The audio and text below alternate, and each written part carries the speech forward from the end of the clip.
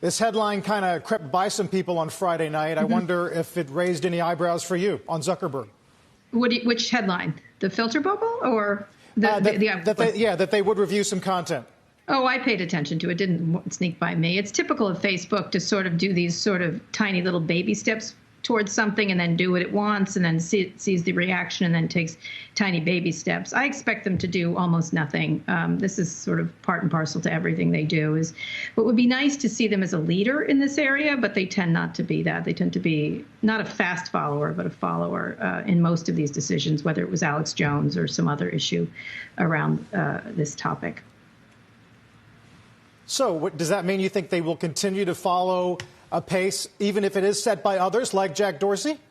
Yeah, I do. I think they'll do what they want because they have all the power. I think Mark is quite adamant in this area, and I would be surprised if they did anything substantive to change what the decision they made. And, he talked about it being a tough decision. He talked about it, lots of research without telling us the research he used. I would like to know who he was relying on to make this decision, for example, if he's going to make a very important decision like this. Because for all the changes on Twitter, even though it's President Trump's favorite mode of communication, Facebook is still where the game is played, whether it's content or political advertising. Or anything. It's where everybody communicates, and especially because there's all these groups within Facebook, which you don't see a lot of this activity. It's designed to sort of make it very easy for people to hide. You can't do it quite as easily you can't do it on Twitter actually at all. And so it's kind of a perfect situation for Facebook where they can say, we're really thinking about it, we're mulling it, and then doing nothing and waiting out. And that's what I talked about, this long game. They're going to wait out this administration, sort of kiss up to it. And then if the administration changes, I'm sure they'll change themselves depending. Kara, hey, it's John.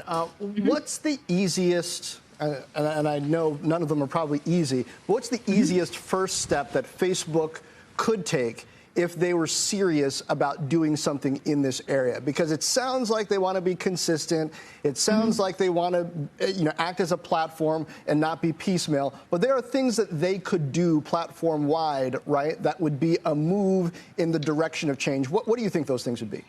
Well, not to get played so much. Look, it happened in the Philippines this weekend. There was all these imposter accounts. I can't even understand what happened there. But it's being used and abused by different people who are sort of gaming the system.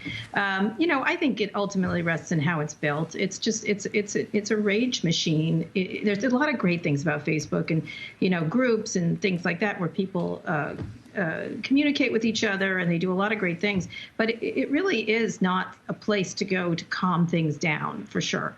It doesn't do anything to calm people down. It creates unrest online. You know what I mean? Like the way it's created, and that's fine if that's the business you want to be in. But you do have some, I think, civic responsibility. And every time you say this to them, they cry First Amendment, which is not true because they constantly are editing that site. Constantly.